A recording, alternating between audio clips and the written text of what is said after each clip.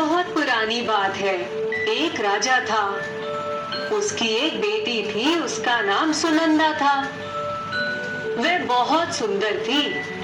उसको मूर्तियां बनाने का बहुत शौक था। राजा ने उसके लिए महल में ही रंगशाला भी बनवा दी थी, जहां वह तरह तरह की मूर्तियां बनाती और उनको तरह तरह की पोशाक और आभूषणों से सजाती थी। एक बार मूर्ति बनाते बनाते अचानक उसने देखा कि उसने एक ऐसी मूर्ति बना डाली थी जो ऐसा लगता था कि अभी बोल पड़ेगी।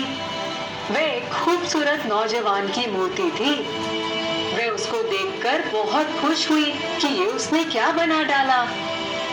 वह जब भी मूर्तियां बनाने जाती, एक बार उस मूर्ति को अवश्य देखती और कई बार तो उस मूर्ति से भी बातें करती रहती। कई महीने बीत गए। अब तो ऐसा लगता था जैसे वह मूर्ति से प्रेम करने लगी थी। उसने मूर्ति को खुले मैदान में रखवा दिया और उसके आसपास बहुत सुंदर बगीचा लगवा दिया। वह अक्सर समुद्र के किनारे चली जाती है और वहां बैठकर घंटों समुद्र में आने वाली लहरों को देखती रहती। एक दिन उसने देखा कि समुद्र में एक बहुत बड़ी नाव जा रही है और नाव में लोग गाने गा रहे हैं। उसने देखा कि उसमें एक बहुत सुंदर नवयुवक भी था, जिसकी शक्ल उस युवक से मिलती थी जिसकी मूर्ति उसने अपने हाथ से बनाई थी। अभी वह कुछ और देख पाती कि अचानक तूफान आया और वो बड़ी नाव डूबने लगी।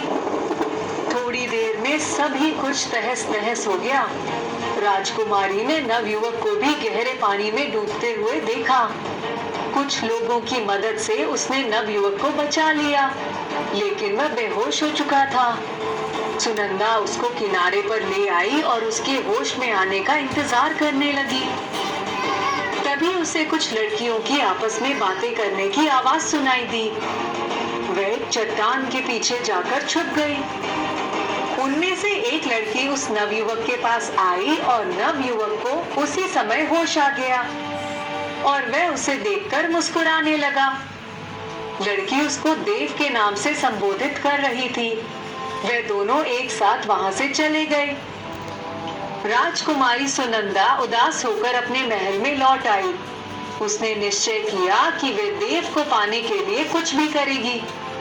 सुनंदा ने सुन रखा था कि पहाड़ियों के उस पार एक जादूगरनी रहती है। वह उसी की मदद लेगी। दूसरे दिन वे अपने काले घोड़े पर सवार हुई और पहाड़ियों की तरफ चल दी। वे दुर्गम रास्तों, बाधाओं और घने जंगलों को पार करती हुई जादूगरनी के पास पहुंची।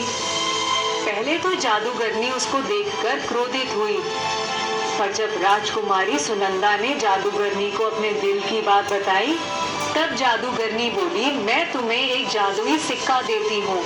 जब तक वह नवयुवक तुम्हें नहीं मिलता, तब तक इस सिक्के को बहुत संभाल कर रखना। ये जादुई सिक्का तुम्हारी उस नवयुवक को ढूंढने में मदद करेगा।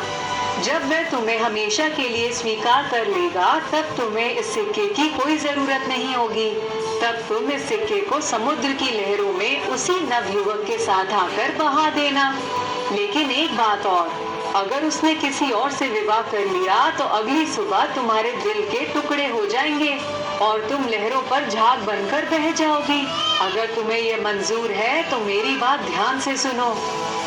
राजकुमारी ने जादूगरनी की चेतावनी को आराम से सुना और देव को ढूंढने का निश्चय कर लिया। उसे देव से तो अनजाने में बहुत पहले से ही प्रेम हो गया था। वह उसे पाने के लिए कुछ भी कर सकती थी। जादूगरनी ने सुनंदा से कहा कि उस सिक्के के बदले में तुम्हें अपनी आवाज मुझे देनी होगी। जब वह नवयुवक तुम्हें स्पर्श करेगा, तभी तुम्हारी आवाज तुम्हें वापस मिलेगी। और अपने वादे के अनुसार राजकुमारी को उसे अपनी मधुर आवाज देनी पड़ी। जादूगरनी ने एक काढ़ा बनाया। कुछ जादू के मंत्र फूंककर उसने सुनंदा को पिला दिया। उसके गले में जलन होने लगी। उसके हाथ में जादुई सिक्का था, इसलिए वह आश्वस्त थी कि यह सिक्का उसे जरूर नवयुवक तक पहुंचा देगा। वह वहां से वापस आ गई। वह हमेशा जादुई सिक्के को अपने साथ रखती। एक दिन वह अपने घोड़े पर सवार होकर घूमने निकली। अचानक घोड़े को ठोकर लगी और सुनंदा गिर पड़ी और बेहोश हो गई। जब उसकी आंखें खुली तो उसने अपने सामने उसी नवयुवक को देखा। उसकी आंखों से आंसू बहने लगे। देव घबरा गया। उसने बताया कि वह घोड़े से गिरकर बेहोश हो गई थी। वह उसे अपने घर ले आया और उसकी देखरेख करने लगा। राजकुमारी सुनंदा को इस बात का दुख था कि वह उससे बात नहीं कर सकती थी, क्योंकि जादूगरनी ने उसकी मधुर आवाज छीन ली थी। देव को जब यह पता चला कि सुनंदा बोल नहीं सकती तो वह बहुत दुखी हुआ। उसने राजकुमारी से पूछा कि उसका घर कहाँ है, वह उसको उसके घर पहुंचा देगा। राजकुमारी ने इशारे से उसे बताया कि उसे एक घोड़ा चाहिए। देव ने घोड़े का इंतजाम किया और उसके साथ चल पड़ा। राजकुमारी जब अपने महल में पहुंची तब राजा बहुत खुश हुए। उन दोनों का खूब स्वागत किया। देव एक दिन सुनंदा के साथ बगीचे में गया और जब उसने वहां अपनी मूर्ति देखी तो हैरान हो गया। उसने सुनंदा से पूछा कि ये मूर्ति किसने बनाई। उसके आश्चर्य का ठिकाना ना रहा जब सुनंदा ने उसे बताया कि ये मूर्ति तो उसने बहुत दिन पहले बनाई थी। तब तक तो सुनंदा ने उसे देखा भी नहीं था। देव ने कहा, तुम मुझे पहले से ही जानती थी। सुनंदा ने हाँ में सिर हिलाया। नवयुवक ने झट से उसका हाथ थाम लिया। उसके हाथों का स्पर्श करते हुए ही सुनंदा की मधुर आवाज वापस आ गई। उसकी आंखों से आंसू बहने लगे। तब उसने सारी बातें देव को बताई। देव बहुत खुश हुआ। उसने राजा से सुनंदा का हाथ मांग लिया।